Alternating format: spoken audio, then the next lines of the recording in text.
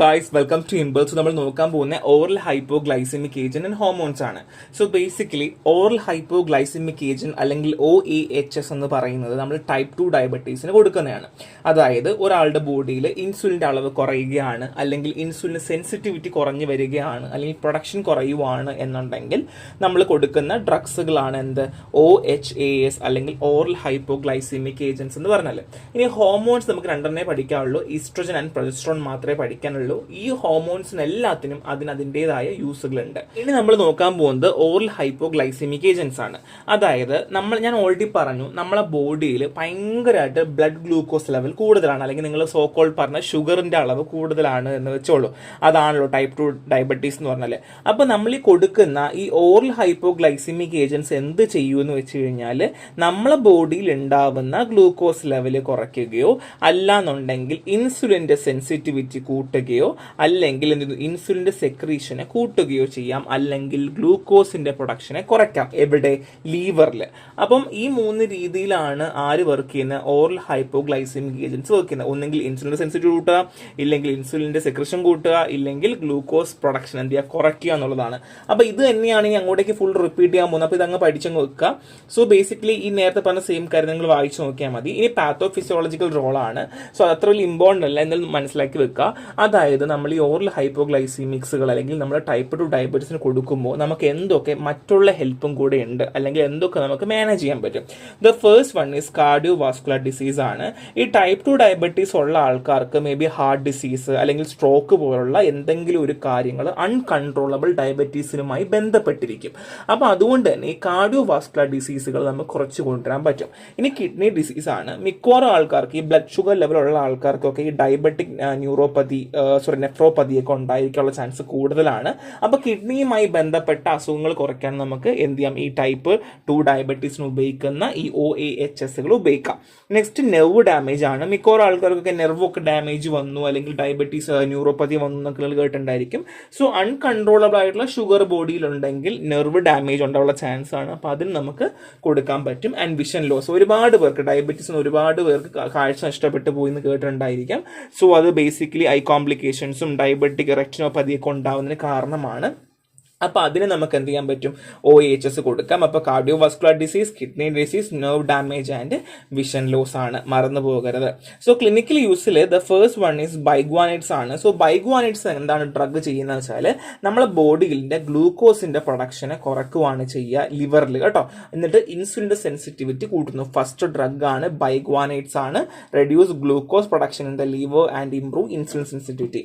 2 sulfonylurea ആണ്. ഇവിടെ എന്ത് ചെയ്യുമെന്ന് വെച്ചാൽ stimulate the insulin secretion from pancreatic beta cells. ഈ സൾഫണൽ യൂറിയ ഇൻസുലിന്റെ സെക്രീഷനെ മാത്രമേ ഫോക്കസ് ചെയ്യുന്നുള്ളൂ, പാങ്ക്രിയാറ്റിക് ബീറ്റ സെൽസിലുള്ള ഇൻസുലിന്റെ സ്റ്റിമുലേഷനെ കൂട്ടുന്നു എന്നുള്ളതാണ്. നെക്സ്റ്റ് വൺ ഈസ് മെഗ്ലിറ്റിനൈറ്റ്സ് ആണ്. സോ മെഗ്ലിറ്റിനൈറ്റ്സ് ചെയ്യുന്ന വെച്ചാൽ നമ്മുടെ ഇൻസുലിന്റെ റിലീസിനെ ഷോർട്ടർ ഡ്യൂറേഷനിൽ തന്നെ സ്റ്റിമുലേറ്റ് ചെയ്യുക. അതായത് സൾഫണൽ യൂറിയയും മെഗ്ലിറ്റിനൈറ്റ്സും ഏകദേശം ഒരുപോലെയാണ് എന്നുള്ളതാണ്. ഇൻസുലിന്റെ സ്റ്റിമുലേഷനെ കൂട്ടുക എന്നുള്ളതാണ്. സോ രണ്ടാമത്തെ ലാസ്റ്റ് വരുന്നതാണ് തയസോലിഡയോൺസ് ആണ്. സോ ബേസിക്കലി ഇവിടെ ഇൻസുലിന്റെ സെൻസിറ്റിവിറ്റിയെ കൂട്ടുക എന്നുള്ളതാണ്. ഇവിടെ നിങ്ങൾക്ക് കാണാൻ പറ്റില്ല, അത് താഴെ ആയതുകൊണ്ടാണ്. സോ തയസോളിഡയോൺസ് എന്നാണ് പേര് പറയുക കേട്ടോ. So biguanides, sulfonylurea and meglitinides and thiazolidinediones. അത് പറഞ്ഞ ഇച്ചിരി മെനക്കെട്ട പേരാണ്. അത് തയസോളിഡിനിഡയോൺസ് എന്നാ പറയാം കേട്ടോ. അത് പറഞ്ഞു വരുമ്പോൾ തെറ്റിപ്പോ മിക്കവാറും കേട്ടോ. അപ്പോൾ ഇത്തരം ഡ്രഗ്സ് ആണ്, ഇത് നോക്കി വെക്കുക കേട്ടോ. സോ അഡീഷണൽ ക്ലിനിക്കൽ യൂസ് ഉണ്ട് കേട്ടോ. So basically prediabetic management, അതായത് ചില ആൾക്കാരിൽ പ്രീ ഡയബറ്റിക് അല്ലെങ്കിൽ delay the onset of type 2 diabetes നമുക്ക് പ്രിവെന്റ് ചെയ്യാൻ. നമുക്കറിയാം ചില ആൾക്കാർ ഡയബറ്റീസ് വരാനുള്ള ചാൻസ് ഉണ്ടെങ്കിൽ പോലും ഈ OAHS കൊടുത്ത് നമുക്ക് എന്ത് ചെയ്യാം, നമുക്ക് മാനേജ് ചെയ്യാം. പിന്നെ ജസ്റ്റേഷണൽ ഡയബറ്റീസ്, ചില ആൾക്കാർ പ്രഗ്നന്റ് ആയിരിക്കുന്ന സമയങ്ങളിൽ, അല്ലെങ്കിൽ ഏതെങ്കിലും ഒക്കെ മീൻസ് പ്രഗ്നന്റ് ആയിരിക്കുന്ന സമയങ്ങളിൽ മാത്രമല്ല, ഇപ്പം ലൈഫ് സ്റ്റൈൽ മോഡിഫിക്കേഷൻസും കാരണമൊക്കെ ഒരുപാട് ബുദ്ധിമുട്ടുകളൊക്കെ, അല്ലെങ്കിൽ നമുക്ക് ഡയബറ്റീസ് വരുമെന്ന് ഉറപ്പിക്കുന്ന ചില ആൾക്കാരുണ്ടായിരിക്കും. അവർക്കൊക്കെ നമുക്ക് കൊടുക്കാൻ പറ്റും. ആൻഡ് പോളിസിസ്റ്റിക് ഓവറി സിൻഡ്രോം ആണ്. ചില ആൾക്കാരിൽ മെറ്റ്ഫോമിനൊക്കെ നമ്മൾ എന്ത് ചെയ്യാറുണ്ട്, ഇൻസുലിൻ റെസിസ്റ്റൻസ് ഉള്ള വിമൻസിൽ, PCOD ഉള്ള ഇൻസുലിൻ റെസിസ്റ്റൻസ് ഉള്ള വിമൻസിലൊക്കെ കൊടുക്കാറുണ്ട് എന്നുള്ളതാണ് കേട്ടോ. മറന്നു പോകരുത്, ഇതൊരു ഇമ്പോർട്ടൻറ്റ് ക്വസ്റ്റൻ ആണ്. ഇത് out of syllabus kind of ആണ്, എന്നാൽ നിങ്ങൾ മനസ്സിലാക്കി വെക്കുക. ലൈക്ക് മെറ്റ്ഫോമിനൊക്കെ എന്ത് ചെയ്യാറുണ്ട്, off label to treat insulin resistance in women with PCOS. So PCOS ഉള്ള വിമൻസിലൊക്കെ ഇൻസുലിൻ റെസിസ്റ്റൻസ് ഉള്ള ആൾക്കാരിൽ കൂടുതൽ മെറ്റ്ഫോമിൻ, അതായത് ടൈപ്പ് 2 ഡയബറ്റീസിന് യൂസ് ചെയ്യുന്ന മെറ്റ്ഫോമിൻ നമ്മൾ കൊടുക്കാറുണ്ട് എന്നുള്ളതാണ്. സോ ജസ്റ്റേഷണൽ ഡയബറ്റീസിന് കൊടുക്കാറുണ്ട്, പ്രീ ഡയബറ്റിക് മാനേജ്മെന്റിനും കൊടുക്കാറുണ്ട് എന്നുള്ളതാണ് കേട്ടോ. സോ ഇതിന്റെ ഒരു ഫർദർ ക്ലാസിഫിക്കേഷൻ ഞാൻ അറ്റാച്ച് ചെയ്തിട്ടുണ്ട്, നിങ്ങൾ അതും കൂടെ നോക്കിക്കോളാം. അത് ഇമ്പോർട്ടന്റ് ആണ്. ക്ലാസിഫിക്കേഷൻ എന്തെങ്കിലും പഠിക്കണം, പക്ഷേ മേജർ ഡ്രഗ്സ് ഇത്ര നോക്കി വെച്ചിരിക്കുകയും വേണം കേട്ടോ. സോ നെക്സ്റ്റ് പറയാൻ പോകുന്ന ഇൻട്രൊഡക്ഷൻ ടു എസ്ട്രോജൻ ആണ്. എസ്ട്രോജൻ ഹോമോൺ അറിയാമല്ലോ, ബേസിക്കലി വിമൻസിന് ഒരുപാട് അത്യാവശ്യമുള്ള ഒരു ഹോമോൺ ആണ്. പക്ഷെ കുറച്ച് എമൗണ്ടിൽ എവിടെയുണ്ട്, മെയിലും ആരുണ്ട്, എസ്ട്രോജൻ ഉണ്ട് എന്നുള്ളതാണ്. ടെസ്റ്റീസിലാണ് ഉണ്ടാവുക. സോ ഒരുപാട് ഫിസിയോളജിക്കൽ റോളുകൾ നമ്മളെ ബോഡിയിൽ പ്ലേ ചെയ്യുന്നുണ്ട് എന്നുള്ളതാണ്. Reproductive health, bone density, cardio vascular ഫംഗ്ഷനിലൊക്കെ ഒരുപാട് ഹെൽപ്പ് ചെയ്യുന്നുണ്ട്. സോ ബേസിക്കലി പ്രൈമറി സോഴ്സ് എന്ന് പറഞ്ഞാൽ വിമനിൽ എവിടെയാണ് കാണുക, ഓവറീസിലാണ്. വിമന്റെ ഓവറീസിലാണ് എന്ത് കാണുക, ഈസ്ട്രോജൻ കാണുക എന്നുള്ളതാണ്. ഒരുപാട് യൂസ് ഉണ്ട് എന്നുള്ളതാണ്. ഇപ്പം bone density, cardio vascular function and cognitive process, അല്ലെങ്കിൽ നമ്മൾ ചിന്തിക്കുന്നത്, നമ്മൾ എന്താണ് പല കാര്യങ്ങൾ ചെയ്യുന്നതെല്ലാം ഈ എസ്ട്രോജന്റെ ഒരു അളവുള്ളത് കൊണ്ടാണ് എന്നാണ് പറയപ്പെടുന്നത്. സോ ഞാൻ ഓൾറെഡി പറഞ്ഞത് റിപ്രൊഡക്റ്റീവ് ഡെവലപ്മെന്റ്, അതായത് നമുക്ക് ഈസ്ട്രോജൻ ആണ് നമ്മളൊരു ഫീമെയിൽ റിപ്രൊഡക്റ്റീവ് ഓർഗന്റെ എല്ലാ കാര്യങ്ങളും, ഇപ്പോൾ ഫലോപ്പിയൻ ട്യൂബ്, വജീന, യൂട്രസിന്റെ ഒക്കെ ഓർഗൻസിന്റെ ഒക്കെ ഡെവലപ്മെന്റിനും മെയിൻറ്റെയിനും ഹെൽപ്പ് ചെയ്യുന്നത്. രണ്ട് സെക്കൻഡറി സെക്ഷൽ ക്യാരക്ടേഴ്സ് ആണ്, അതായത് ഫീമെയിൽസിന്റെ ബ്രസ്റ്റ് ഗ്രോത്ത്, ഫാറ്റ് ഡെപ്പോസിഷൻ ഒക്കെ ഹെൽപ്പ് ചെയ്യുന്നതും ഈസ്ട്രോജൻ ആണ്. പിന്നെ ബോൺ ഹെൽത്ത്, ആണിലും പെണ്ണിലും ഒക്കെ എന്താണ് ബോൺ ഡെൻസിറ്റിക്ക് ഹെൽപ്പ് ചെയ്യാൻ ഈസ്ട്രോജൻ ഒരു പങ്കുണ്ട് എന്നുള്ളതാണ്. ആൻഡ് കാർഡിയോ വാസ്കുലർ ഹെൽത്ത്, നമ്മുടെ ഹാർട്ട് ഡിസീസിന്റെ റിസ്കുകളൊക്കെ കുറയ്ക്കാൻ വേണ്ടിയിട്ട് ഒരുപാട് എന്ത് ചെയ്യാറുണ്ട്, ഹെൽപ്പ് ചെയ്യാറുണ്ട്. അപ്പോൾ reproductive development, secondary sexual characteristics and bone health and cardio vascular health മറന്നു പോകരുത് കേട്ടോ. സോ നെക്സ്റ്റ് വൺ ഈസ് ഈസ്ട്രോജന്റെ പത്തോളജിക്കൽ എഫക്റ്റ് ആണ്. ബ്രസ്റ്റ് ക്യാൻസർ, അതായത് ഹൈ ലെവൽ ഓഫ് ഈസ്ട്രോജൻ ഉണ്ട് എന്നുണ്ടെങ്കിൽ promote the growth of breast cancer cell, അതായത് ബോഡിയിൽ ഹൈ എമൗണ്ട് ഓഫ് എസ്ട്രോജൻ ഉണ്ടെങ്കിൽ നമുക്ക് എന്ത് ചെയ്യാം, ബ്രസ്റ്റ് ക്യാൻസർ ഉണ്ടാവാനുള്ള ചാൻസ് ഭയങ്കര കൂടുതലാണ്. ആൻഡ് എൻഡോമെട്രിയൽ ക്യാൻസർ ആണ്. സോ ഈസ്ട്രോജൻ ആണെങ്കിൽ കൂടുകയാണ് എന്നുണ്ടെങ്കിൽ എന്ത് ചെയ്യാം, if level are not balanced with progesterone ആണെങ്കിൽ ക്യാൻസർ ഉണ്ടാകും. അതായത് ഈസ്ട്രോജനും പ്രൊജസ്ട്രോണും ചേട്ടനും അതിന് ബന്ധം പോലെയാണ്. അപ്പോൾ ഈസ്ട്രോജന്റെ അളവ് പ്രൊജസ്ട്രോണിന് മെയിൻറ്റെയിൻ ചെയ്യാൻ പറ്റിയില്ല എന്നുണ്ടെങ്കിൽ എന്ത് വരാം, അപ്പോഴും എൻഡോമെട്രിയൽ ക്യാൻസർ വരാം. പിന്നെ ബ്ലഡ് ക്ലോട്ട്സ് ആണ്. നമ്മളെ ബോഡിയിൽ ഈസ്ട്രോജൻ അളവ് കൂടുകയാണ് എന്നുണ്ടെങ്കിൽ ബ്ലഡ് ക്ലോട്ട്, ബ്ലഡ് കട്ട പിടിക്കത്തില്ലേ, അങ്ങനെയൊക്കെ ഉണ്ടാകാം എന്നുള്ളതാണ്. ആൻഡ് ഒവറിയൻ ക്യാൻസർ, ഒരുപാട് സ്ത്രീകളിൽ ഏറ്റവും കൂടുതൽ കാണുന്ന ഈ ഓവറിൻ അല്ലെങ്കിൽ യൂട്രസിൽ ക്യാൻസർ, മുഴ വന്നു എന്നൊക്കെ നമ്മൾ പറയില്ലേ, അതിന് മേജർ കാരണം ആരാണ്, ഈസ്ട്രോജൻ തന്നെയാണ്. അപ്പോൾ breast cancer, endometrial cancer, blood clot and ovarian cancer. So clinical use of estrogen ആണ്. So basically hormone replacement therapy. ഇപ്പോൾ ഒരാളുടെ ബോഡിയിൽ ഹോർമോൺസ് ഇല്ല, അല്ലെങ്കിൽ ഈസ്ട്രോജൻ ആണെങ്കിൽ ചില സമയത്തൊക്കെ ഹോർമോൺസിന്റെ അളവ് കുറവാണെങ്കിൽ നമ്മൾ എന്ത് ഈസ്ട്രോജൻ കൊടുക്കാറുണ്ട്. അത് മാത്രമല്ല ചില ആൾക്കാരിൽ മെനോപോസ് കാണിക്കാറുണ്ട്.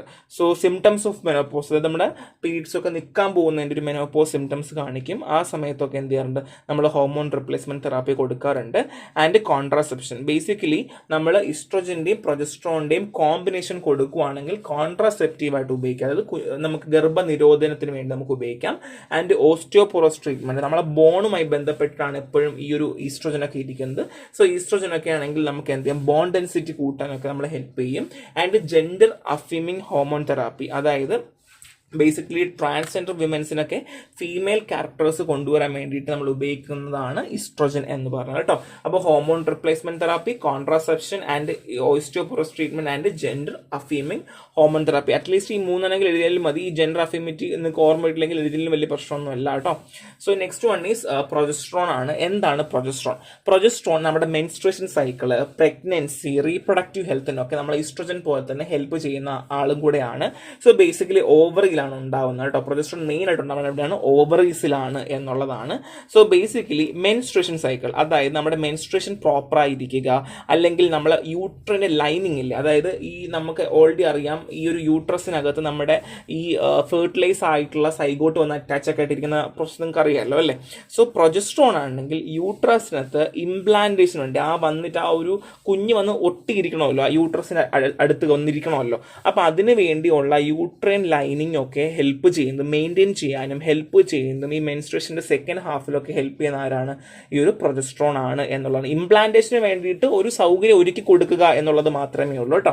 So next one is pregnancy ആണ്. ഒരു ഹെൽത്തി പ്രഗ്നൻസിക്ക് വേണ്ടിയിട്ട് യൂട്രൈൻ ലൈനിൻ്റെ തിക്കനിങ് ആയാലും അല്ലെങ്കിൽ കൺട്രാക്ഷൻ ആയാലും അല്ലെങ്കിൽ പ്രോപ്പർ ബ്രസ്റ്റ് ഫീഡിങ്ങിന് ആര് ഹെൽപ്പ് ചെയ്യാറുണ്ട്? പ്രൊജസ്ട്രോൺ ഹെൽപ്പ് ചെയ്യാറുണ്ട് എന്നുള്ളതാണ്. ആൻഡ് ബ്രസ്റ്റ് ഡെവലപ്മെന്റ്, ഒരു ഫീമെയിലിനെ സംബന്ധിച്ച് ആ ഒരു പ്യൂബർട്ടി അല്ലെങ്കിൽ ഒരു പ്രഗ്നൻസി സമയത്ത് ബ്രസ്റ്റ് എൻലാർജ് ആവാനും ഒക്കെ ഹെൽപ്പ് ചെയ്യാറുണ്ട്. ആൻഡ് ബോൺ ഹെൽത്ത്, ഞാൻ ഓൾറെഡി പറഞ്ഞതുപോലെ തന്നെ ഓസ്റ്റിയോപോറോസിന് അഗെയിൻസ്റ്റ് കൊടുക്കാറുണ്ട്. അപ്പോൾ menstrual cycle, pregnancy, breastfeeding and bone health ആണ്. സോ ഇത് പത്തോളജിക്കൽ റോൾസ് ആണ്. സോ ഹോമോൺ ഇൻബാലൻസ്, ഒരാളുടെ ബോഡിയിൽ ഹോമോൺ ഇൻബാലൻസ് വന്ന് ഇൻഫെർട്ടിലിറ്റി ഒക്കെ വരുവാണെങ്കിൽ പ്രൊജസ്ട്രോൺ കാരണമായിരിക്കും എന്നുള്ളതാണ്. ആൻഡ് മിസ്കാരേജ് റിസ്ക്, ചില സമയത്ത് പ്രൊജസ്ട്രോൺ ലെവൽ കുറയുവാണെങ്കിൽ കൂടുതൽ അബോഷൻ ഉണ്ടാവാനുള്ള ചാൻസ് കൂടുതലാണ്. ആൻഡ് എൻഡോമെട്രിയൽ ഹൈപ്പർപ്ലാസി, അതായത് ഇൻസഫിഷ്യൻ്റ് ആയിട്ട് നമുക്ക് പ്രോപ്പറായിട്ട് പ്രൊജസ്ട്രോൺ ഇല്ലെങ്കിൽ അബ്നോർമൽ തിക്കനിങ് ഓഫ് യൂട്രൻസ് ലൈനിങ് ഉണ്ടാകും. ആൻഡ് പ്രീമച്വർ സിൻഡ്രം ആണ്, അതായത് ബേസിക്കലി പ്രീ മെൻസ്ട്രേഷൽ സിംറ്റം, അതായത് PMS എന്ന് പറയും. സോ നമുക്ക് മേ ബി ഈ പ്രൊജസ്ട്രോൺ പ്രോപ്പർ അല്ല എന്നുണ്ടെങ്കിൽ നേരത്തെ ഈ മെൻസ്ട്രേഷൻ സൈക്കിളൊക്കെ കാണിക്കാനുള്ള ചാൻസ് കൂടുതലാണ് കേട്ടോ, അതിന്റെ സിംറ്റംസ് കാണിക്കാം. അപ്പോൾ ഓൾറെഡി നമ്മൾ യൂസ് പഠിച്ചത് തന്നെയാണ് എന്ത് പത്തോളജിക്കലും, അത് തന്നെ സെയിം തന്നെ. അപ്പോൾ എളുപ്പമാണ്, ഇത് പഠിച്ചു കഴിഞ്ഞാൽ ഓട്ടോമാറ്റിക്കലി നമുക്ക് എന്ത് ചെയ്യാൻ പറ്റും, അതിന് അഗെയിൻസ്റ്റ് കാരണം വരുന്ന കാര്യങ്ങളൊക്കെ നമുക്ക് പറയാൻ പറ്റും. സോ ക്ലിനിക്കൽ യൂസ് ഞാൻ ഓൾറെഡി പറഞ്ഞു, ഇതെല്ലാം ഞാൻ ഓൾറെഡി പറഞ്ഞ കാര്യങ്ങളാണ്. അപ്പോൾ നിങ്ങൾ വീണ്ടും ഫോളോ അപ്പ് ചെയ്താൽ മാത്രം മതി. സോ ഇത് പ്രൊജസ്ട്രോണിന്റെയും വീണ്ടും ഇത് സെയിം തന്നെ, വേറെ വ്യത്യാസങ്ങളോ കാര്യങ്ങൾ രണ്ടും കാര്യങ്ങളും പഠിക്കുക എന്നുള്ളതാണ്. സോ ഇതിനകത്ത് എനിക്ക് ഏറ്റവും വലിയൊരു പ്രശ്നം കണ്ടതെന്ന് വെച്ചാൽ നമ്മൾ ഡയബറ്റീസിന്റെ അല്ലെങ്കിൽ ഓറൽ ഹൈപ്പോഗ്ലൈസമിക് ഏജൻസിന്റെ ഒരു പ്രോപ്പർ ആയിട്ടുള്ള ഒരു ഇതില്ലായിരുന്നു, ക്ലാസിഫിക്കേഷൻ ഞാൻ കൊടുത്തിട്ടുണ്ടായിരുന്നില്ല. അപ്പം ഞാനത് ഇതിനൊരു PDF ആയിട്ട് അറ്റാച്ച് ചെയ്തിട്ടേക്കാം, നിങ്ങളത് നോട്ട് കാണുമ്പോൾ അതെടുത്ത് നോക്കിയാൽ മതി കേട്ടോ. സോ ബേസിക്കലി ആ ഒരു 3 ക്ലാസിഫിക്കേഷൻ പഠിക്കുക, it's very very important. So next video കാണാം. Thank U.